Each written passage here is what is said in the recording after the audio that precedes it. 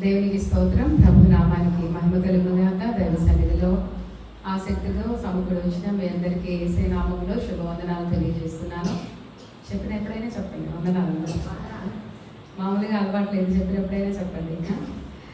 మంచిది. మనము ఈ సంవత్సరం 2024 సంవత్సరం అంతంలోకి వచ్చాము. ఎఫెసీ పత్రిక కూడా ఈ దినం ముగించబడుతుంది. దేవునికి స్తోత్రం చెప్తామా? హల్లెలూయా. అయిపోతుందని కాదు, నేనైతే చాలా విషయాలు నేర్చుకున్నాను. మీరు ఎంత నేర్చుకున్నారో నాకు తెలియదు, కానీ ఒక దేవుని సంఘంలో ఒక క్రైస్తవురాలు దేవుని సంఘంలో ఉండే ప్రతి ఒక్కరూ ఎలా ఉండాలి, ఎలా జీవించాలి అని చక్కటి లేఖన భాగంలో మనం ఎఫెసీ పత్రికలో నేర్చుకొని ఉన్నాం. క్రీస్తులో మనం కలిగి ఉన్న ఆధిక్యతలు, ఆశీర్వాదాలు, మనము క్రీస్తు ప్రభువైన యేసుక్రీస్తుని ఎరిగిన మనము ప్రాక్టికల్గా ఆయన గృహంలో, ఆయన సంఘంలో, సమాజంలో మనం ఎలా జీవించాలి అనే విషయాలు నేర్చుకొని ఉన్నాము. అయితే మనము గత వారం నుండి అంతకుముందు 5వ అధ్యాయం నుండి మనం నేర్చుకుంటున్నాం ఏంటంటే దేవుని యందు భయముతో ఒకరికొకరు లోబడి ఉండండి అని చెప్తూ, ఒక కుటుంబంలో భార్య ఎలా ఉండాలి, భర్త ఎలా ఉండాలి, పిల్లలు ఎలా ఉండాలి, తండ్రులు పిల్లల పట్ల ఎలా ఉండాలి, యజమానులు దాసుల పట్ల ఎలా ఉండాలి, దాసులు యజమానుల పట్ల ఎలా ఉండాలి, ప్రతి ఒక్కరి బాధ్యతలు చక్కగా చెప్పుకుంటూ వచ్చారనమాట. కాబట్టి ఇక్కడ అన్నీ చెప్పిన తర్వాత 10వ వచనంలో చెప్తున్నాడు. పోయిన వారమేమో మనం ఏం నేర్చుకున్నాము? పిల్లలు ఎలా ఉండాలి, తల్లిదండ్రులు పిల్లల పట్ల ఎలా ఉండాలి, యజమానులు ఎలా ఉండాలి, దాసులు యజమానుల పట్ల ఎలా ఉండాలని గత వారం మనం నేర్చుకొని ఉన్నాము. 1వ వచనం నుండి 6వ అధ్యాయం 1 నుండి 9 వచనాలు. ఏదైనా మనం చదువుకున్న లేఖన భాగంలో 10వ వచనంలో తుదకు ప్రభు యొక్క మహాశక్తిని బట్టి ఆయన యందు బలవంతులైనడు. దేవుని స్తోత్రం చెప్తామా? హల్లెలూయా. ఇది చాలా ప్రాముఖ్యమైన మాట. దేవుని యొక్క మనం బలం, ఏదన్నా ఎవరైనా బాధలో ఉంటే, ఇబ్బందిలో ఉంటే, కష్టంలో ఉంటే ధైర్యం తెచ్చుకో, బలంగా ఉండు అని చెప్తాం. కానీ ఇక్కడ చెప్తున్న మాట ఎవరి యందు మనం బలంగా ఉండాలంట? తుదకు ప్రభు యొక్క మహాశక్తిని బట్టి ఆయన యందు మనం బలవంతులై ఉండాలని చెప్తున్నాడు. కాబట్టి ఇక్కడ మనం గ్రహించాల్సిన విషయం ఏంటంటే, మనం క్రీస్తునందు బలవంతులై ఉంటే తప్ప ఈ లోకంలో మన బాధ్యతలు సక్రమంగా నిర్వర్తించలేమనేది చాలా వాస్తవమైన సత్యం. చూడండి, మనము చూస్తే మనం లేఖనంలో చదువుకున్నట్లయితే ఒక పురుషుడు, కుటుంబానికి యజమానుడైన పురుషుడు యొక్క బాధ్యత ఏంటి చెప్పండి? తనని వలె, తన సొంత శరీరం వలె భార్యను ప్రేమించాలి అని చెప్తున్నారు. కానీ ఆ విషయంలో విఫలమైపోతూ ఉంటారు ఎక్కువగా. అలాగే భార్యలు వచ్చేసరికి సబ్మిషన్ అంటే లోబడి ఉండాలి. సబ్మిషన్ అనే పదము, ప్రేమించడం అనే పదము, ఇవి చాలా విలువైన పదాలు, కానీ వాటికి విలువ లేకుండా మనము చేస్తూ ఉన్నాం. కానీ లోబడి ఉండటం అనే, సబ్మిషన్ అనే పదంకి చాలా విలువ ఉంది.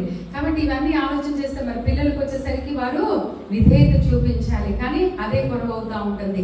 కాబట్టి ఒక పిల్లలు విధేయులుగా ఎదగాలన్నా, ఒక భార్య సబ్మిషన్ కలిగి ఉండాలన్నా, ఒక పురుషుడు తన సొంత శరీరం వల్లే తన భార్యను ప్రేమించాలన్నా, ఇవన్నీ ఎప్పుడు సాధ్యమవుతాయి అంటే దేవుని యొక్క మహాశక్తిని బట్టి క్రీస్తులో మనం బలంగా ఉన్నప్పుడే సాధ్యమవుతాయి, కానీ మన స్వశక్తి సామర్థ్యం వల్ల ఇది సాధ్యం కాదు.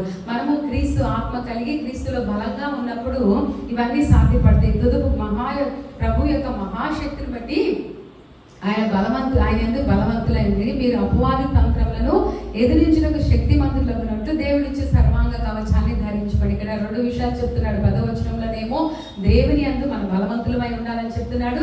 మన 11వ వచనంలో ఏం చెప్తున్నాడు? తుదకు మనం ఏం చెప్తున్నాడు?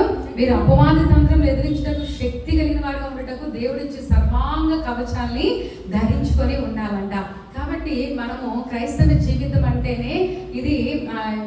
మ్యారేజెస్ గురించి చెప్పేటప్పుడు ఒక మాట అంటారండి పెద్దలు, marriage is not bed of roses, it is a battle field అని చెప్తారు. అంటే వివాహ వ్యవస్థ అనేది ఒక పూల పాన్పు కాదు, ఇది రణరంగం అని చెప్తారు.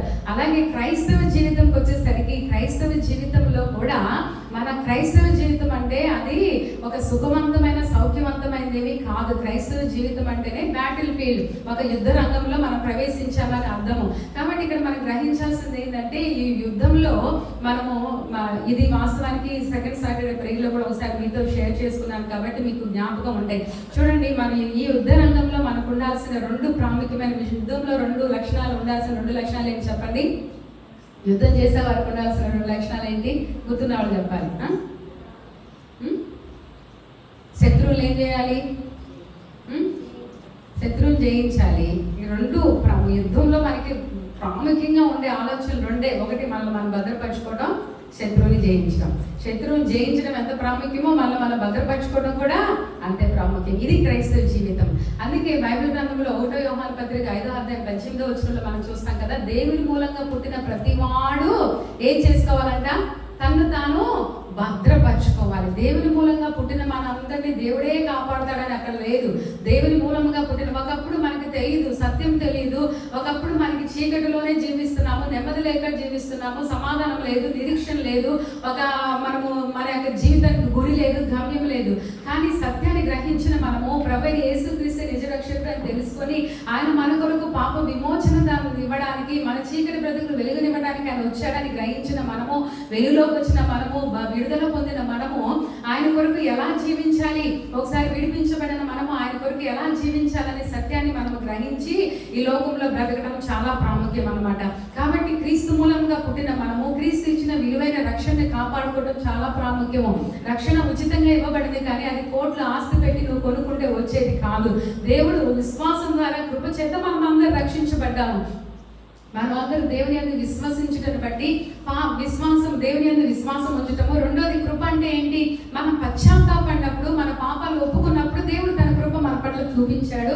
అలాగే ఆయన విశ్వసించాం కాబట్టి ఈ రెండింటి ద్వారా మనము రక్షణ పొందుకున్నాము. ఇది మన క్రియల వల్ల ఇది కాదు అని దేవుని వాక్యం సెలవిస్తుంది. కాబట్టి ఇంత విలువైన రక్షణను, దేవుడిచ్చిన ఈ శ్రేష్టమైన భాగ్యాన్ని మనము నిర్లక్ష్యం చేస్తే, అందుకే పౌలు అంటాడు, ఇంత గొప్ప రక్షణ నిర్లక్ష్యం చేస్తే ఉగ్రతని ఎలా తప్పించుకుంటాం. కాబట్టి దేవుడిచ్చిన విలువైన రక్షణ యొక్క విలువను మనం గ్రహించి దాన్ని భద్రపరచుకోవడం చాలా ప్రాముఖ్యము.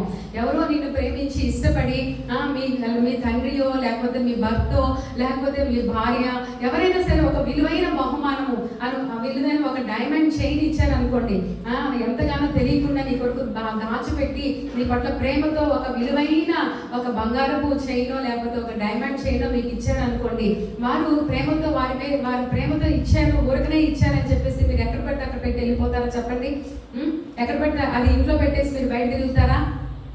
ఏం చేస్తారు? విలువైన దాన్ని చాలా భద్రంగా కాపాడుకుంటారు. ఆఫ్టర్ ఆల్ ఒక గోల్డ్ చైన్, ఆఫ్టర్ ఆల్ ఒక డైమండ్ చైన్ మనం అంత భద్రంగా కాపాడుకున్నప్పుడు ఈ లోకంలో యేసయ్య తప్పితే ఎవరు ఇవ్వలేని శ్రేష్టమైన రక్షణ భాగ్యాన్ని ఉచితంగా పరిశుద్ధాత్మ దేవుడు క్రీస్తు ద్వారా మనకు అనుగ్రహించినప్పుడు దాన్ని మనం ఎంత కాపాడుకోవాలి?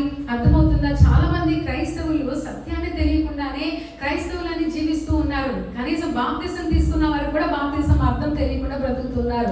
కాబట్టి మన జీవితంలో, మన సంఘంలో మనం అలా ఉండవద్దు. దేవుని వాక్యాన్ని ఉన్నది ఉన్నట్టుగా అర్థం చేసుకోవాలి. దేవుడు ఇచ్చిన ఈ ఉచిత రక్షణ చాలా విలువైంది. దీన్ని భద్రపరచుకోవాల్సిన బాధ్యత మనకున్నది, అంతవరకు కాపాడుకోవాల్సిన బాధ్యత మనకుంది. దీనికి మించిన ఆస్తి ప్రాపర్టీ లోకంలో ఏది లేదు. ఈ లోకంలో మనం ఏం పొందుకున్నా, ధనం పొందుకున్నా, లేకపోతే ఆస్తి పొందుకున్నా, ధనధాన్యాలు పొందుకున్నా, ఇల్లు కొనుక్కున్నా, వస్త్రాలు కొనుక్కున్నా, లేకపోతే ఏది కూడా మనకి శాశ్వతమైన ఆనందం ఇవ్వదు. కొంచెం సేపే ఇల్లు కొనుక్కుంటే జీవితాంతం సంతోషపడవు. తర్వాత మనుషుల కోరికలకు అంతం లేవు, ఒకటి తర్వాత ఒకటి వస్తానే ఉంటాయి. ఒక కారు ఉన్న వాడికి, డబ్బున్న వాడికి ఎలా అంటే ఒక కారు ఉంది అని సంతృప్తి చెందరు. వాళ్ళు ఏం చేస్తారు? ఇంకా కంపెనీ లక్షలు కోట్లు ఖరీదు చేసేవాళ్ళు. ఒకటి మానవుల కోరికలకి ఏమి లేదు, అంతం లేదు. కాబట్టి ఈ లోకంలో దేని వల్ల మనుషులకి శాశ్వతమైన ఆనందం, తృప్తి అనేది కలగదు. శాశ్వత ఆనందము, తృప్తి అనేది క్రీస్తులోనే కలుగుతుంది. దేవునికి స్తోత్రం చెప్తామా? హల్లెలూయా. ఆయన్ని సంపూర్ణంగా కలిగి ఉన్నవారు ఏ పరిస్థితిలోనైనా, కలివిలోనైనా, లేమిలోనైనా, సమృద్ధిలోనైనా, దీనస్థితిలోనైనా వారు సంతోషంగా ఉంటారని ఎవరు? క్రీస్తుని సంపూర్ణంగా కలిగిన వారు. మనం ఎలా ఉన్నాం అనేది మనం పరిశీలన చేసుకోవడం చాలా ప్రాముఖ్యం. ఈ లోకంలో మనం చూస్తే క్రైస్తవులు చాలా మంది ఎంత చూసినా కూడా ప్రజలు ఎలా ఉంటారంటే, దేవుడు మేలు చేస్తే మంచోడు, ఆయన ఏదైనా చేస్తే ఆయన ఏం చేశాడు అని ఆయన వెంటనే అనేవారే ఎక్కువ కనపడుతున్నారు. కానీ భక్తితో, సమర్పణతో దేవుడు ఇచ్చిన విలువైన రక్షణ భాగ్యాన్ని గ్రహించే క్రైస్తవులు చాలా అరుదుగానే కనబడుతున్నారు. రక్షణ భాగ్యం చాలా గొప్పది, ఎవరు ఇవ్వలేనిది, ఎవరు చేయలేని కార్యం దేవుడు మన పట్ల చేశారు. దాని యొక్క విలువను తెలుసుకొని దాన్ని భద్రపరచుకుంటేనే నిత్య రాజ్యాన్ని మనం స్వతంత్రించుకుంటాం. కాబట్టి దాన్ని మనం భద్రపరచుకోవాలంటే ఇట్ ఈస్ నాట్ ఈజీ. ఎందుకంటే అది సామాన్యమైన విషయం కాదు. మనం జీవిస్తున్న లోకము ఎలాంటి లోకం చెప్పండి? దుష్ట లోకము, అంధకార క్రియలు కలిగిన లోకము, పాపంతో నిండిన లోకము. ఈ పాపంతో నిండిన లోకంలో, అంధకారం నిండిన లోకంలో నువ్వు కూడా అంధకార ప్రజలతో కలిసి జీవిస్తూ వారి అనుసరించిన మార్గంలోనే అనుసరించుకుంటూ జీవిస్తూ వల్ల నువ్వు క్రైస్తవుడు అనబడవు. క్రైస్తవులు అనే వారు ప్రత్యేకింపబడిన వారుగా ఉండాలి. వారి లోకానికి ఉప్పుగా ఉండాలి, వెలుగుగా ఉండాలనే సత్యాన్ని మనం ఎన్నడూ మర్చిపోకూడదు. మనం దగ్గర వెలుగు ఉండాలి. చీకటి సంబంధులతో మనం పొత్తు పెట్టుకొని జీవిస్తూ ఉంటే మన వెలుగు కానేరదన్నమాట. కాబట్టి ఈ విషయాన్ని మనం గ్రహించి ప్రతి విషయంలో దేవుడిచ్చిన రక్షణను కాపాడుకుంటూ మన ఆధ్యాత్మిక స్థితిని అభివృద్ధి చేసుకుంటూ దినదినము ప్రభు స్వరూప్యంలోకి మనం మార్చబడటం చాలా ప్రాముఖ్యం. ఇక్కడ చెప్తున్నాడు, ప్రభు యొక్క మహాశక్తిని బట్టి దేవుని యందు మనం బలవంతులై ఉండాలి. ఎవరి యందు? దేవుని యందు మనం బలంగా ఉండాలి. మన శారీరక బలము కాదు. దేవుని యందు బలవంతులు ఎప్పుడు అవుతామో, ఆత్మలో వృద్ధి చెందుతున్నప్పుడు దేవుని యందు బలవంతులు అవుతాము. మనము దేవుని యొక్క కార్యాలు మన ద్వారా ఎక్కువ ప్రత్యక్షపరచబడుతున్నప్పుడు దేవుని బలం మనలో ఉన్నదని అర్థము. మన సామర్థ్యం, మన ఆలోచనలు, మన జ్ఞానము, మన బలమే ఉపయోగించబడుతుందంటే మనము జీరో అని అర్థము. మనలో దేవుని శక్తి ఎప్పుడు కూడా ప్రదర్శించబడుతూ ఉండాలి. దేవుని కార్యం మన ద్వారా జరుగుతూ ఉండాలి. పరిశుద్ధాత్మ దేవుడు మనలో నివసిస్తున్నప్పుడు ఆయన ఏలుబడి ఉండాలి, మన ఏలుబడి ఉండకూడదు. మనం క్రీస్తుతో సిలువ వేయబడినప్పుడు ప్రభువైన యేసుక్రీస్తు మాత్రమే మన మీద అధికారిగా ఉండాలి, అధికారం చెలాయించే వ్యక్తిగా ఉండాలి. ఆయన మాటకు ప్రతి విషయంలో లోబడాలి, ఆయన చెప్పినట్లు నడుచుకోవాలి, ఆయనకు ప్రీతికరమైనది మనం చేయాలి. కాబట్టి దేవుని యందు బలవంతులై ఉండాలి. దానియేలు గ్రంథం 11వ అధ్యాయంలో మనం చూస్తాము, ఏమని ఉంటుందంటే, తమ దేవుని ఎరిగిన వారు బలము కలిగి ఏం చేస్తారంట? గొప్ప కార్యాలు చేస్తారంట. దేవుని స్తోత్రం చెప్తామా? హల్లెలూయా. మన దేవుని మనం ఎంత ఎరిగి ఉంటే, ఆయనలో మనం ఎంత పాతుకుపోయి ఉంటే, ఆయనలో ఎంత మనం పెనివేయబడితే మనం అంతగా బలమైన కార్యాలు ఆయన కొరకు చేయగలుగుతాం అన్నమాట. కాబట్టి తమ దేవుని ఎరిగిన వారు బలము కలిగి ఏం కార్యాలు చేస్తారంట? గొప్ప కార్యాలు. ఎక్కడ గొప్ప కార్యాలు చేస్తారు? ఆయన రాజ్య కట్టడలో గొప్ప కార్యాలు చేస్తారు. ఇతరులకు మార్గదర్శకులుగా ఉండడానికి గొప్ప కార్యాలు చేస్తారు. ఇతరులకు ఆదర్శవంతంగా ఉండి అనేకులను ఆకర్షించగలిగే శక్తి వాళ్ళలో ఉంటుంది. తమ దేవుని ఎరిగిన వారు బలం కలిగి గొప్ప కార్యాలు చేస్తారు. మనం దానియేలు గ్రంథంలో చూస్తున్నాం, దానియేలు తన దేవుడిని ఎరిగి ఉన్నాడు కాబట్టి ఎంతటి గొప్ప కార్యాలు చేశాడు. ఎంతమంది రాజులు మారిన ఆయనే ప్రధానమంత్రిగా ఉన్నాడు. 5 రాజుల కింద. ప్రతి రాజ్యంలో ఎన్నడూ కూడా రాజీ పడలేదు, లోకంతో రాజీ పడలేదు, పాపంతో రాజీ పడలేదు, ప్రార్థన విషయంలో రాజీ పడలేదు. తను ఒక ప్రత్యేకమైన విద్యగానే, ఒక ఉప్పుగానే, ఒక వెలుగుగానే జీవించి తను ఎక్కడ ఉంటే అక్కడ ప్రజలు తన దేవుని యొక్క మహోన్నత్వాన్ని ఇతరులకు చాటి చెప్పాడు. అలాంటి క్రైస్తవ జీవితం మనం జీవించాలి. యోసేపు ఎక్కడ ఉంటే అక్కడ ఆయన దేవుని యొక్క మహోన్నత్వాన్ని, ఔన్నత్యాన్ని ఇతరులకు చాటి చెప్పాడు. మరి మనం ఎక్కడ ఉంటే మనం మన దేవుని యొక్క గొప్పతనాన్ని ఎవరైనా గ్రహించగలుగుతున్నారా? గ్రహించగలిగే కార్యాలు మనం ఏమైనా చేస్తున్నామా ఆలోచన చేస్తే మనము చాలా దీనస్థితిలోనే ఉన్నామని అర్థము. కాబట్టి దేవుని రాజ్య కట్టడ విషయంలో, దేవుని మహింపరిచే విషయంలో, దేవుని ప్రదర్శించే విషయంలో మనం బలవంతులుగా ఉండాలి. దేవుల్లో బలవంతులుగా ఉన్నవారు దేవుని కొరకు సాహసమైన కార్యాలు, గొప్ప కార్యాలు, ఆయన రక్షణ కార్యాలు, ఆయన ఎందుకు ప్రార్థన చేసి కృప పొందుకొని బలమైన కార్యాలు చేసి అనేకుల్ని ఆయన రాజ్యంలో చేర్చగలుగుతారు. కాబట్టి ఆయన మహాశక్తిని బట్టి బలవంతులుగా ఉండాలి. దెబోరా కూడా ఒక మాట అంటది, దేవుని మనం ఒక దెబోరా న్యాయాధిపతుల గ్రంథం 5వ అధ్యాయం లాస్ట్ వచనంలో ఏమని ఉంటుందంటే, తమ దేవుని ఎరిగిన వారు ఏమని ఉంటుంది? బలముతో ఉదయించే సూర్యుల వలె ఉంటారంట. దేవుని ప్రేమించేవారు ఎలా ఉంటారంట చెప్పండి? బలముతో ఉదయించే సూర్యుని వలె ఉంటారంట. అంటే వారి తేజస్సు ఏమవుతుంది? సూర్యుడు ఉదయాన్నే వచ్చినప్పుడు ఎంత ఉంటుంది, ఇప్పుడు ఎంత ఉంటుంది, మధ్యాహ్నం ఎంత ఉంటుంది, అంతకంతకు తేజరిల్లుతూ ఉంటారనమాట. కాబట్టి బుద్ధిమంతులైతే ఆకాశ మండలం వల్ల జ్యోతుల వల్ల నిరంతరం ప్రకాశిస్తారని మనము దానియేలు గ్రంథంలో చదువుతున్నట్లుగా, విశ్వాసులమైన మనము, దేవుని బిడ్డలమైన మనము, మన వెలుగు అనేది అంతకంతకు ప్రజ్వలిస్తూ వెలుగుతూ ఉండాలి. కానీ దిగజారిపోయి కిందకి వెళ్ళేదిగా ఉండకూడదు. సంఘంలో ఆత్మీయంగా మంచిగా ఉన్న వారిని మాదిరిగా తీసుకోవాలి, కానీ వేరే వారిని మాదిరి తీసుకొని దిగజారిపోతూ ఉంటారు కొంతమంది. మనము ఒక ప్రభావితం చేయాలి. ఎన్నోసార్లు చెప్తూ మన సంఘంలో ఉన్నామంటే మన సంఘ క్షేమాభివృద్ధికి ఏదో విధంగా సహకరించే వాళ్ళను ఇన్ఫ్లుయెన్షియల్ పీపుల్గా ఉండాలి. అంటే ప్రభావితం చేయాలి. మనలో ఉన్న విశ్వాసము, మనలో ఉన్న తగ్గింపు, మనలో ఉన్న సక్రియలో, మనలో ఉన్న విధేయతో ఏదో ఒకటి ఇతరుల్ని ప్రభావితం చేసేటట్లు మనం బ్రతికినప్పుడు ఒకరినొకరు మనము ఎడిఫై చేసుకోగలుగుతాం. అంటే ఒకరినొకరు ప్రోత్సహించుకొని బలంగా ముందుకు కొనసాగలుగుతాం అనమాట. అది దేవుడు సంఘంలో ఎదురు చూస్తూ ఉన్నాడు. అటువంటి కార్యాలను ఎదురు చూస్తున్నాడు. కాబట్టి మనము అపవాది తంత్రాన్ని ఎదిరించినట్లుగా ఎప్పుడు కూడా సాతానుడు, బైబిల్ చెప్తుంది కదా, మనం 1 పేతురు పత్రిక 5వ అధ్యాయం 1 పేతురు 2 పేతురు 5వ అధ్యాయం 8వ వచనంలో చూస్తాము. ఏమని ఉంటుందంటే 1 పేతురు 5:8 అనుకుంటాను, గర్జించు సత్తాను మన విరోధి అయిన అపవాది అంట ఏం చేసిందంట? గర్జించు సింహం వలె ఎవరిని మిగులుదునా అని ఎప్పుడు ఎదురు చూస్తూ ఉంటాడంట. ఎవరిని మింగాలని? క్రైస్తవ జీవితంలో, విశ్వాసంలో తన సొత్తైన వారిని, లోకంలో ఉన్న వారిని సాతానికి అక్కర్లేదు. ఎందుకంటే వాడంతా వాడి పార్టీయే. కానీ ఏ పార్టీ కావాలి? లోకంలో ఎవరైతే విశ్వాస జీవితంలో ఎదుగుతున్నారో, క్రైస్తవులు ఎదుగుతున్నారో, బాప్తిజం తీసుకొని రక్షణలో, వాక్యంలో, విధేయతలో, క్రమంలో ఎదగాలని ఆశపడుతున్నారో వారిని టార్గెట్ చేస్తూ ఉంటాడు అపవాది. విరోధి అయిన అపవాది ఏం చేస్తాడంటే గర్జించే సింహం వలె ఎప్పుడు తన బిడ్డల చుట్టూ తిరుగుతూ ఉంటాడంట. కానీ మనము ఆ వాక్యమాగా మనం చదువుకుంటే మనము దేవుని బిడ్డలముగా వాటిని విరోధి అయిన అపవాదిని మనము జయించే వారంగా ఉండాలి. చూడండి 1 పేతురు 5:8 నిబ్బరం బుద్ధి గలవారే మెలకువగా ఉండండి, మీ విరోధి అయిన అపవాది గర్జించే సింహం వలె ఎవరిని మిగులుదునా అని వెతుకుచూ తిరుగులాడుచూ ఉన్నాడు. యేసయ్య కూడా ఏం చెప్పాడు? ఈ లోకంలో మీకు శ్రమ కలిగింది, అయినా మీరు ధైర్యం తెచ్చుకోండి, నేను లోకాన్ని జయించానని చెప్పాడు. ఇంకా మనం యోహాను సువార్త 15 చివరి వాక్యాలు చూస్తే లోకము నన్ను ద్వేషించింది. నన్ను ద్వేషించినప్పుడు మిమ్మల్ని కూడా ఏం చేస్తుంది? ఆయన అనుచరులు కూడా యేసయ్యనే ద్వేషించినప్పుడు ఆయన అనుచరులు ప్రేమించింది, ఆయన అనుచరులు కూడా ద్వేషిస్తుంది. ఎందుకంటే మనం యోహాను సువార్త 3 16, 17, 18 20 వరకు చూస్తే వెలుగు చీకటి సంబంధాలు అంటే వెలుగు వద్దకు రావడానికి ఇష్టపడారంట. ఎందుకంటే వెలుగులో తమ చెడ్డ క్రియలు కనపడతాయి అని చీకటినే ప్రేమిస్తారంట. వెలుగు సంబంధాలు అయితే ఏం చేస్తారు?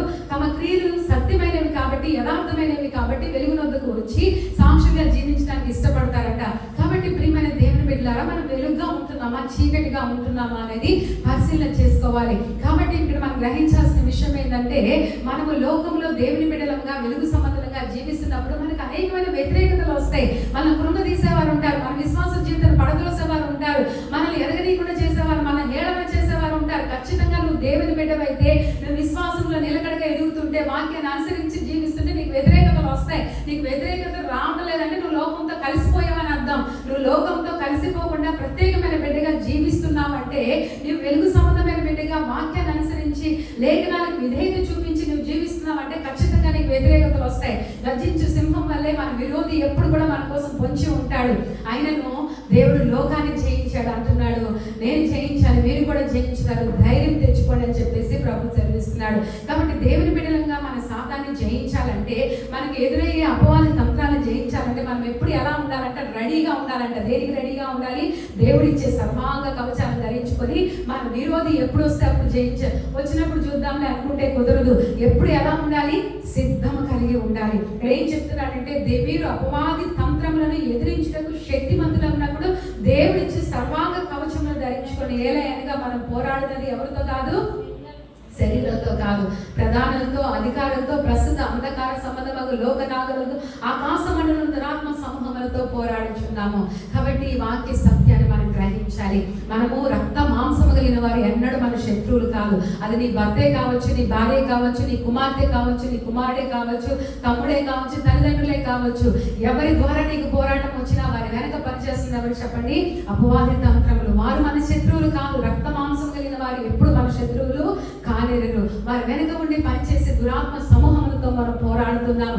ఎందుకంటే మనం విశ్వాసం ఎదుగుతున్నప్పుడు చూడండి, ఏ మంచి క్రైస్తవునైనా మీరు చూడండి, సంపూర్ణ సమర్పణ కలిగి దేవుని లేఖనాలకు విధేయత చూపించి బ్రతికే ప్రతి ఒక్కరి జీవితంలో భయంకరమైన వేదనలు, శోధనలు ఉంటూనే ఉంటాయి. ఎందుకంటే వారినే టార్గెట్ చేస్తూ ఉంటాడు అపవాది అయిన వాడు, వారిని కృంగదీయడానికి, పడగొట్టడానికి, దూరం చేయడానికి. కానీ మనము దేవుని యొక్క మహాశక్తిని బట్టి బలవంతులుగా ఉంటే మనం తప్పకుండా వాడిని జయించగలుగుతాం. మన స్వశక్తితో, మన సామర్థ్యంతో అయితే అపవాదిని జయించడం అసాధ్యము. కానీ బైబిల్ చెప్తుంది, మీలో ఉన్నవాడు ఈ లోకంలో ఉన్నవాడి కంటే గొప్పవాడు. దేవునికి స్తోత్రం చెప్తామా? హల్లెలూయా. ఇక్కడ ప్రశ్న ఏంటంటే, మీలో ఎవరున్నారు? అపవాద, సాతానా అనేది పెద్ద ప్రశ్న. మనలో క్రీస్తు ఉంటే, మనం క్రీస్తును ధరించుకున్న వారముగా ఉంటే ఖచ్చితంగా మనము లోకాన్ని, పాపాన్ని, లోకాశల్ని జయించి క్రీస్తు కొరకు జీవించగలుగుతాం. అపవాది కుతంత్రాన్ని గుర్తించగలుగుతాము, వాటితో పోరాడగలుగుతాం అన్నమాట. కాబట్టి మనము పోరాడేది దురాత్మ సమూహంతో. ఒక త్రాగుడు చూడండి, త్రాగుడు వ్యసనం కలిగిన వారు దాన్ని వదులుకోలేకపోవడానికి కారణం ఏంటంటే, వారి వెనుక పనిచేస్తున్న దురాత్మ శక్తులు. త్రాగుడు మానుకోలేకపోవటం అనేది ఒక వ్యసనము. వ్యభిచారం మానుకోలేకపోవటం ఒక వ్యసనము. చూడండి, రకరకాలు. కొంతమందికి దొంగతనము. ఎందుకండి? అసలు కష్టపడిన సొమ్మే మనకి నిలవపోతుంటే దొంగతనాలు చేసి పాపాన్ని మూడగట్టుకునే వారు ఎంతో మంది ఉంటారు. ఈ విధంగా రకరకాల వ్యసనాలతో వారి వెనుక పనిచేస్తున్న దురాత్మ క్రియలు వల్ల ఎంతో మంది దేవునికి దూరం అవటం మనం చూస్తూ ఉంటాం అన్నమాట. కాబట్టి మనము ఈ విధంగా మనం పోరాడేది సాతానుతో అని ప్రతిరోజు యుద్ధమే. ఎవరికి? క్రైస్తవులకి ప్రతిరోజు క్రైస్తవ జీవితం అనేది ఒక ఆధ్యాత్మిక పోరాటం. ఏం చెప్పండి? ఇది ఒక ఆధ్యాత్మిక స్పిరిచువల్ వార్ఫేర్ అంటారు. అంటే ఒక ఆధ్యాత్మికమైన పోరాటము. ఎప్పుడు కూడా శరీరానికి ఆత్మకు, అర్థమవుతుందా? శరీరానికి ఆత్మకు ఎప్పుడు పోరాటం జరుగుతుంది. ఆ పోరాటంలో ఎవరిని ఎక్కువ మనం మేపుతామో అదే తెలుస్తుంది. మనం ఆత్మను మేపగలిగితే ఆత్మ శరీరాన్ని జయిస్తుంది. మనం శరీరానికి ఎక్కువ ప్రాధాన్యత ఇస్తే శరీరం ఆత్మ మీద ఆత్మదేవుడు ఎప్పుడు బలవంతం చేయడు కాబట్టి పక్కకు తప్పేసుకుంటాడు. అర్థమవుతుందా? కాబట్టి మన జీవితంలో ఆధ్యాత్మిక విషయాలకి మన ప్రాధాన్యత ఇవ్వడము చాలా ప్రాముఖ్యము. ఆత్మ యొక్క విలువని గ్రహించుకొని బ్రతకడం చాలా ప్రాముఖ్యము. ఎంతో మంది క్రైస్తవులు అని చెప్పుకునే వారు కూడా, దేవుని అనుసరించే వారు కూడా ఆత్మ యొక్క విలువను తెలియకుండా బ్రతకడం అనేది చాలా బాధాకరమైన విషయం. దేవుడు మనకి ఇచ్చిన ఆత్మ చాలా విలువైంది. దాన్ని పోషించిన ఈ శరీరాన్ని ఎలా పోషిస్తున్నామో, లేకపోతే ఈ యొక్క లోక సంబంధమైన అంటే మనము శరీరానికి మనకు ఖచ్చితంగా కట్టుకోవడానికి వస్త్రాలు కావాలి, తినడానికి ఆహారం కావాలి, వాటి ఉండడానికి నివాసం కావాలి, వీటన్నిటి కొరకు ప్రయాసపడుతున్నాం. ఓకే, కానీ దీనికంటే మించింది శాశ్వతమైంది ఆత్మ. దానికి ఎంత ప్రాధాన్యత ఇస్తున్నాం, దాన్ని ఎంత విలువగా కాపాడుకుంటున్నాం, ఆత్మ కల్మషం లేకుండా ఎలా కాపాడుకుంటున్నాం, ఆత్మని ఎలా పోషిస్తున్నాము, ఆ ఆత్మను ఎలా ప్రార్థన ద్వారా భద్రపరచుకోవటము, ఆత్మను వాక్యం ద్వారా పోషించుకోవటము, అపవాద తంత్రాలను దాన్ని కాపాడుకోవటం అనేది చాలా ప్రాముఖ్యం అన్నమాట. ఈ విషయాన్ని మనం గ్రహించాలి, సాతాన్ని జయించాలి. అని చూడండి, ఇక్కడ 13వ వచనంలో అందుచేత మీరు ఆపద్దినమందు వారిని ఎదిరించుటకు సమస్తమని నెరవేర్చిన వారి నిలబడటకు శక్తి మందులు ఉన్నప్పుడు దేవుడు ఇచ్చిన సర్వాంగ కవచాన్ని, ఎందుకు మనం దేవుడు ఇచ్చిన సర్వాంగ కవచాన్ని ధరించుకోవాలంట? సాతాను మన ఎదుటికి వచ్చినప్పుడు మనం శక్తిమంతులుగా నిలబడడానికి, మనం పడిపోకుండా, అపవాది మనం శోధించడానికి వచ్చినప్పుడు మనం పడిపోకుండా నిలబడి శక్తిమంతులుగా నిలబడటానికి ఏం చేయాలంట? మనము దేవుడు ఇచ్చే సర్వాంగ కవచాన్ని ధరించుకోవాలంట. దేవుని యందు మనం ఏమై ఉండాలి? బలవంతులై ఉండాలి. దేవుడు ఇచ్చే సర్వాంగ కవచాలను ధరించుకోవాలి. కాబట్టి టేక్ యూ స్టాండ్, అంటే మనము నిలిచి ఉండాలి. అపవాది ఎప్పుడు వచ్చినా కూడా మనం నిలబడి దాన్ని పోరాడే. ఇప్పుడు యేసయ్యే ఉన్నారు. ఏం చేశారు? 40 దినాలు ఉపవాసం ఉన్నప్పుడు అరణ్యంలో ఆయన్నే శోధించింది అపవాది. ఎలా ఆ శోధన జయించారు యేసయ్య? ఎలా జయించారండి? వాక్యంతో జయించారు. కాబట్టి దేవుని ఎదుట మనం పాపం చేయకుండా ఉండాలంటే, అపవాదిని మనం జయించాలంటే దేవుని వాక్యంతో మన హృదయాన్ని నింపుకోవడం చాలా ప్రాముఖ్యము. వాక్యం మన హృదయంలో లేకపోతే ఊరికనే నశించిపోతాం, ఊరికనే పడిపోతాం. అందుకే దేవుని వాక్యంతో మన యొక్క హృదయాన్ని నింపుకోవడం చాలా ప్రాముఖ్యం అన్నమాట. కాబట్టి ఇక్కడ చెప్తున్నాడు, అందుచేత మీరు ఆపద్దిన మనకు ఆపద వచ్చినప్పుడు సాతాన్ని ఎదిరించుటకు సమస్తమని నెరవేర్చి మనం శక్తిమంతులుగా నిలబడటానికి దేవుడి ఇచ్చే సర్వాంగ కవచాలు మనము ధరించుకొని ఉండాలంట. కాబట్టి 14వ వచనం చెబుతున్నారు కదా, ఏలయగా మీ నడుములకు సత్యం అనే దట్టి కట్టుకొని నీతి అని మైమరుపు తొడుకొని పాదములకు సమాధాన సువార్త వల్ల సిద్ధ మనసు జోడు తొడుకొని నిలబడి వెన్యుగాక విశ్వాసం అనే డాలు పట్టుకుని దానితో మీరు దృష్టిని అగ్ని బాణములన్నింటినీ ఆపుటకు శక్తిమంతులగుదురు మరియు రక్షణ అనే శిరస్త్రాణమును దేవుని వాక్యం అనే ఆత్మ ఖడ్గమును ధరించుకొనుడి. చూడండి, ఇక్కడ సర్వాంగ కవచాలు ఆ దినాల్లో బైబిల్ గ్రంథంలో రాయబడినప్పుడు రోమా ప్రభుత్వం పరిపాలన చేస్తున్న కాలం. రోమా సోల్జర్స్ ఎలా ఉంటారో మీకు ఒకసారి పిక్చర్ చూపించాం. అంటే ఒక సైనికుడు ఎలా ఉంటారు చెప్పండి? వారి చేతిలో కత్తి ఉంటుంది, వారి ఛాతికి ఏముంటుంది? మైమరుపు ఉంటుంది. తర్వాత ఈ కుడి చేతిలో కత్తి పట్టుకుంటారు, ఎడం చేతిలో ఏం చేస్తారు? డాలు పట్టుకుంటారు, అగ్ని బాణాలు వారికి తగలకుండా ఉండడానికి. తర్వాత మెయిన్ అన్నిటికీ ఇక్కడ నడుముకి ఏం కట్టుకుంటారు? సత్యం అనే దట్టి కట్టుకుంటారు. ఆ దట్టిలోనే ఏం పెట్టుకుంటారు? ఖడ్గమ దానిలోనే పెట్టుకుంటారు. అన్ని ఆయుధాలు సరిగ్గా పెట్టుకోవడానికి ఆ సత్యం అనే దట్టి పెట్టుకుంటారు. తర్వాత షూస్ వేసుకుంటారు కదా మోకాళ్ళ దాకా. తర్వాత రక్షణ అనే శిరస్త్రాణము. ఇవన్నీ అంటే వాటిని ఒక పోలికగా చూపిస్తూ మనము ఆ యొక్క సోల్జర్ వేసుకునే, ఆ సైనికుడు వేసుకునే ఆ యొక్క వస్త్రాలన్నీ ఒక ఆధ్యాత్మికమైన పాఠాన్ని మనకు నేర్పిస్తున్నాడు. కాబట్టి మన ఆధ్యాత్మిక జీవితంలో మనము ఆత్మలో సాతానుతో పోరాడాలంటే మనం ఏమి కలిగి ఉండాలో చెప్తున్నాడు. ఏం చెప్తున్నాడు ఇక్కడ? వాళ్ళు దట్టి కట్టుకుంటారు, బెల్ట్ పెట్టుకుంటారు. ఆ బెల్ట్ని ఏమంటాడు? సత్యం అనే దట్టి. ఏం చెప్పండి? సత్యం అనే దట్టి. మన జీవితంలో సత్యం అంటే సండే స్కూల్ పిల్లలు ఒక పాట పాడతారు. సత్యం అంటే సత్య సాక్షి అయ్యాడు, సత్యమునే చెప్పాడు. ఒక మాట అది బుద్ధులోనికే చిన్ని నోటితో అబద్ధాలు చెప్పదన్న పాటలో సత్యమనే చెప్పాడు, సిలువపై మరణించి. సత్యం అంటే ఎవరు చెప్పండి? యేసయ్యని మనం ధరించుకోవాలి. ముందు యేసయ్య అనే సత్యాన్ని మన అడుగు ధరించుకున్నప్పుడు మాత్రమే మిగతా ఆయుధాలన్నీ కూడా దానిలో మనం పెట్టుకోగలుగుతాం. అర్థమవుతుందా? కాబట్టి సత్యం అనే దట్టి, తర్వాత నీతి అనే మైమరుపు. క్రైస్తవులుగా మన జీవితాల్లో సత్యం ఉండాలి. చాలా మంది సత్యం ఉండదు. మనం ఎలా ఉంటామంటే సత్య సాక్షులుగా జీవించడము. మనం అంతా అంటే అసలు దేవుని సన్నిధికి వస్తే ఒక దేవుని సేవకుల దగ్గర కూడా సత్యం చెప్పారనమాట. ఆలోచన చేస్తే మనము సత్యవంతులుగా ఉండడం, క్రైస్తవులు అంటే సత్యవంతులుగా బ్రతకడం చాలా ప్రాముఖ్యం. సత్యంగా బ్రతకడం చాలా ప్రాముఖ్యం. పోయిన వారు కూడా బాగా చెప్పారు, అంటే కోర్టులో ఎక్కువ కేసులు కానీ పెండింగ్ ఎవరి పేర్లు ఉన్నాయంట? క్రైస్తవుల పేర్లు. ఎంత బాధాకరమైన విషయం ఆలోచన చేయండి. కాబట్టి మనము ఎక్కడ ఉన్నా కూడా మన సత్యవంతులుగా బ్రతకడం చాలా ప్రాముఖ్యం. మనం చూస్తే ఈమె సత్యవంతురాలు, ఈమె అబద్ధం చెప్పదు, ఈమె ఎప్పుడు కూడా సత్యమే మాట్లాడింది, ఈమె యథార్థవంతురాలు, ఇతడు యథార్థవంతుడు, ఈమె నమ్ముకున్న దేవుడు సత్యవంతుడు కాబట్టి ఆయన అనుసరించే బిడ్డలు చాలా మంచివాళ్ళు అని చెప్పుకోవాలి. చూడండి, బైబిల్ గ్రంథంలో యోసేపుని చూసినప్పుడు ఏమన్నారని, ఇతని వల్లే దేవుని ఆత్మ కలిగిన మనుషుని మనం కనుగొనగలమా అన్నారంట. దానిని చూసినప్పుడు ఏమన్నారు, ఈయన నమ్మిన దేవుడే నిజమైన దేవుడు, అందరూ ఆయన. అంటే ఏమి సాక్ష్యం వాళ్ళది కదా. ఒక వ్యక్తిని చూసి ఆ వ్యక్తి యొక్క దేవునికి మహిమ కలుగుతుంది. మనల్ని బట్టి మన దేవునికి ఎంత మహిమ కలుగుతుంది, మన క్రియలను బట్టి. మన సత్యవంతులుగా యథార్థంగా ఉండటము క్రైస్తవ జీవితంలో సత్యం అనేది చాలా ప్రాముఖ్యం. ముందు నువ్వు క్రైస్తవురాలు అయితే సత్యంగా బ్రతకటము నేర్చుకోవాలి. అబద్ధం అనేది మన జీవితంలో ప్రాణం పోతున్నా కానీ నిజమే చెప్పాలంట. ఆ మాట నా కోసం నేను ఆ పాట పాడాను. ఆ పాటలో పిల్లలు పాడే పాటలో ప్రాణం పోతున్నా కానీ నిజమే చెప్పాలి. ప్రాణం పోయినా పర్వాలేదు, సత్యవంతులుగా అలాంటి క్రైస్తవ జీవితం జీవించాలి. సత్యం అనే దట్టి మనకు ముందు కావాలి నువ్వు క్రైస్తవుడు అయితే. తర్వాత ఏం కావాలంటే నీతి అని మైమరుపు. నీతి అని మైమరుపు గురించి మనం ఆలోచన చేస్తే అసలు మన నీతి దేవుని దృష్టికి ఎలాంటిదని మనం నేర్చుకున్నాము, మురికి గుడ్డ లాంటిది. కాబట్టి మనం కలిగి ఉన్న నీతి ఎవరి నీతి అసలుకి మనం ఎవరి వల్ల? బైబిల్ గ్రంథంలో మనం 2 కొరింథీ పత్రిక 5:21 చదువుకున్నాం కదా. ఎందుకనగా మనం ఆయన యందు దేవుని నీతి అయినట్లు పాపం ఎరిగిన ఆయన మన కోసము పాపంగా చేయబడ్డారు. మనము దేవుని యందు ఆయన నీతి అవ్వడం కొరకు పాపం ఎరగని దేవుడు ఈ లోకానికి వచ్చి పాపిగా మారాడు. కాబట్టి మనం కలిగిన నీతి ఎవరిది? దేవుడు మన నీతి మంతులుగా తెచ్చాడు, నీతి అనే వస్త్రాన్ని ఇచ్చాడు. కాబట్టి నీతి అనే మైమరుపు మనకి ఏముండాలంట?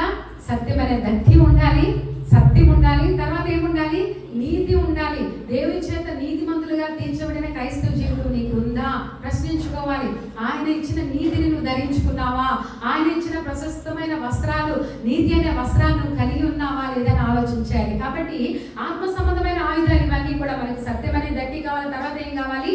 నీతి అనే మైమరుపు కావాలి. తర్వాత ఏం చెప్తున్నారు చూడండి, పాదాలకు సమాధాన సువార్తమైన సిద్ధ మనసు అనే జోడు కావాలి. ఎప్పుడు కూడా రెడీగా ఉండాలి. సాతాను నువ్వు కొంచెంసేపు ఆగు, నేను వచ్చి నీతో యుద్ధం చేస్తానంటే ఆగడు. ఎప్పుడు వస్తాడు, ఎలా వస్తాడో తెలియదు. ఎప్పుడు రెడీగా ఉండాలన్నమాట. మనం ఎప్పుడు కూడా సిద్ధ మనసు కలిగి ఉండాలి. సాతానుతో పోరాడడానికి, దేవుని రాజ్యాన్ని స్థాపించడానికి కూడా, దేవుని సువార్తను చెప్పడానికి కూడా. దేవుని యొక్క సువార్త చెప్పే వారి పాదములు కొండ మీద ఎంతో సుందరమని యేసయ్య అంటున్నారు. ఆ పాదాలు మనం కలిగి ఉన్నామా? ఏదో నామకే వాస్తిగా చేయడం కాదు. సువార్త సేవ అనేది సమర్పణతో, అంటే మనము త్యాగపూరితంగా నిజంగా ప్రజల రక్షణ పట్ల భారం కలిగి ఏదో ఊరికే విజిట్ చేసి ప్రార్థన చేయడం కాదు, కానీ పాపంలో నశించిపోతున్న ఒక్క ఆత్మనైనా టార్గెట్ పెట్టుకొని ఆ బిడ్డను నేను దేవుని కొరకు సంపాదించాలని ఆత్మ భారంతో సువార్తీకరణ చేసి వారిని సంపాదించినప్పుడు అలాంటి వారి పాదములు ఎంతో సుందరములని యేసయ్య చెప్తున్నారు. కాబట్టి మనము సిద్ధ మనస్సు అనే జోళ్ళు కలిగి ఉండాలంట.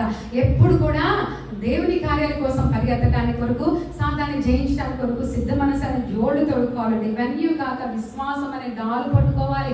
విశ్వాసం అనే డాలు ఏం చేస్తాం చెప్పండి? విశ్వాసం అనే డాలు పట్టుకొని దానితో మీరు దుష్టుని యొక్క అగ్ని బాణములన్నింటినీ ఆపుటకు శక్తిమంతులు అవుతారు.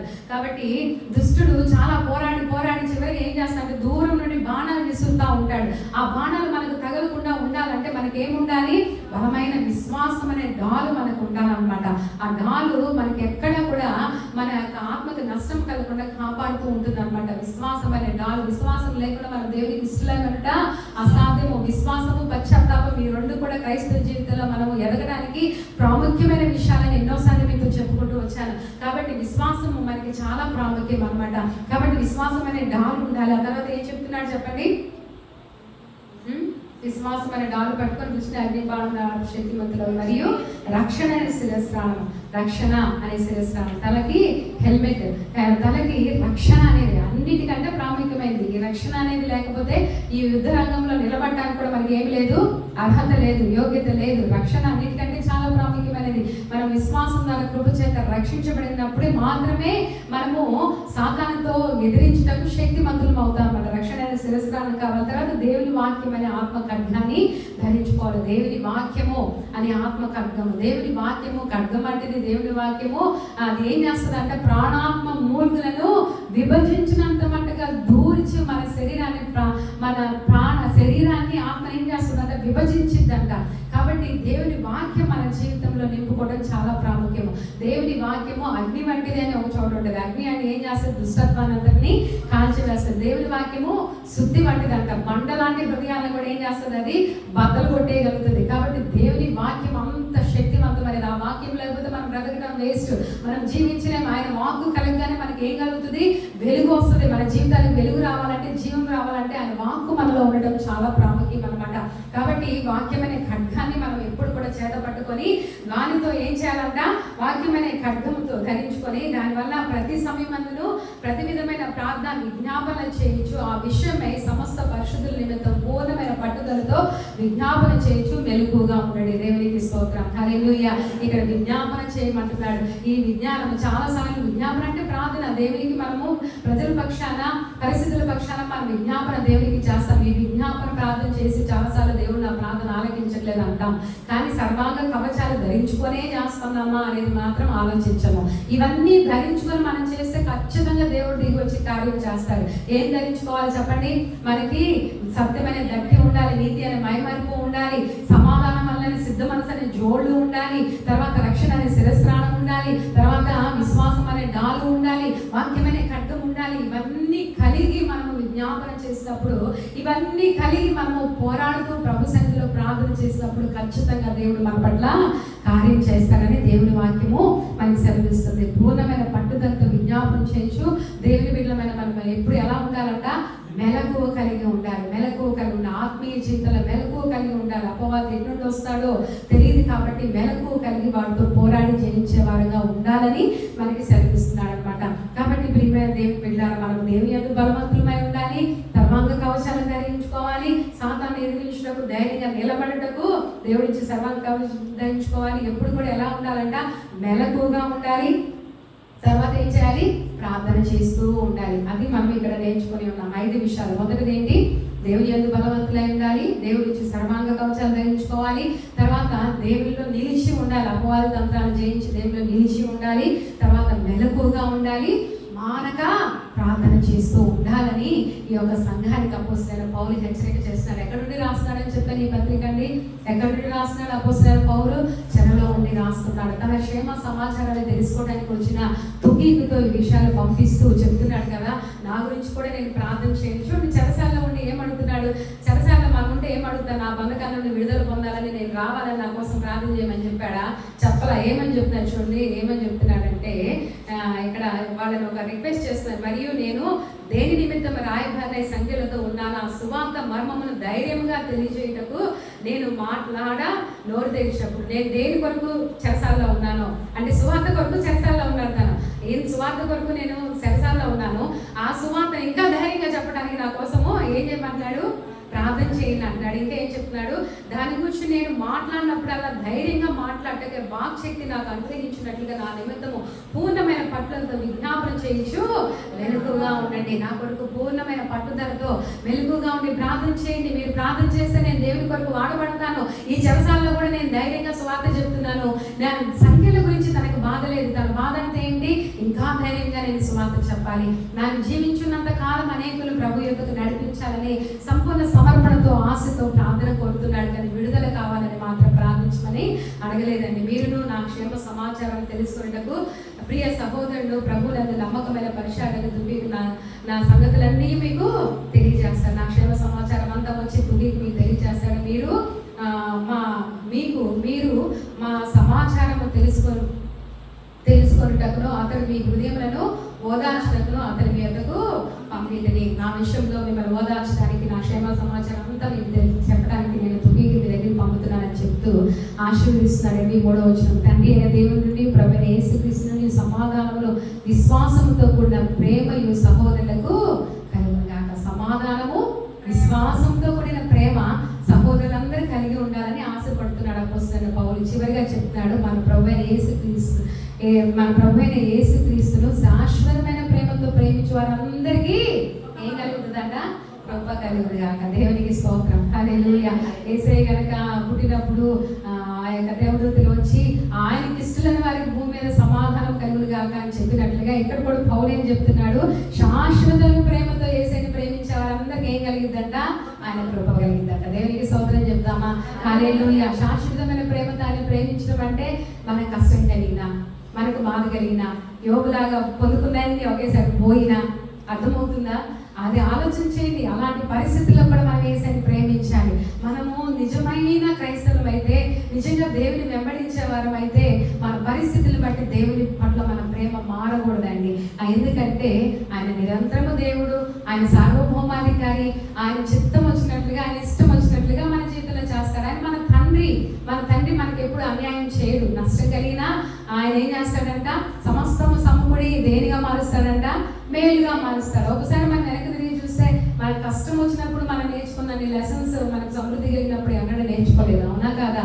కాబట్టి ఆయన ఏది చేసినా కూడా ఒక ఉద్దేశంతో చేస్తాడు, మేలు కొరకే చేస్తాడు, మన క్షేమమును ఆలోచించి చేస్తాడు. కాబట్టి ఆయన కృప మనకి సమృద్ధిగా కలగాలంటే శాశ్వతమైన ప్రేమతో మనం ఏం చేయాలి? ఆయన ప్రేమించే వారంగా ఉండాలి. కాబట్టి ఎన్నో వాక్య సత్యాలు ఎఫెసీ గ్రంథంలో మనం నేర్చుకుంటూ ఉన్నాం. దేవుడు మనల్ని ఎలా ఉండాలని ఆశపడుతున్నాడో, మనం ఆ విధంగా ఉంటే మనం జీవితాన్ని, క్రైస్తవ జీవితంలో మనము జయం పొందిన జీవితాన్ని జీవించగలుగుతాం. ఈ సమయంలో మనం అందరం లేచి నిలబడదాం. దేవుడు మనకిచ్చిన ఈ ఆధిక్యతను, దేవుడి సన్నిధిలో మనం ఉండటం కానిచ్చిన కృపను మనం జ్ఞాపకం చేసుకుంటూ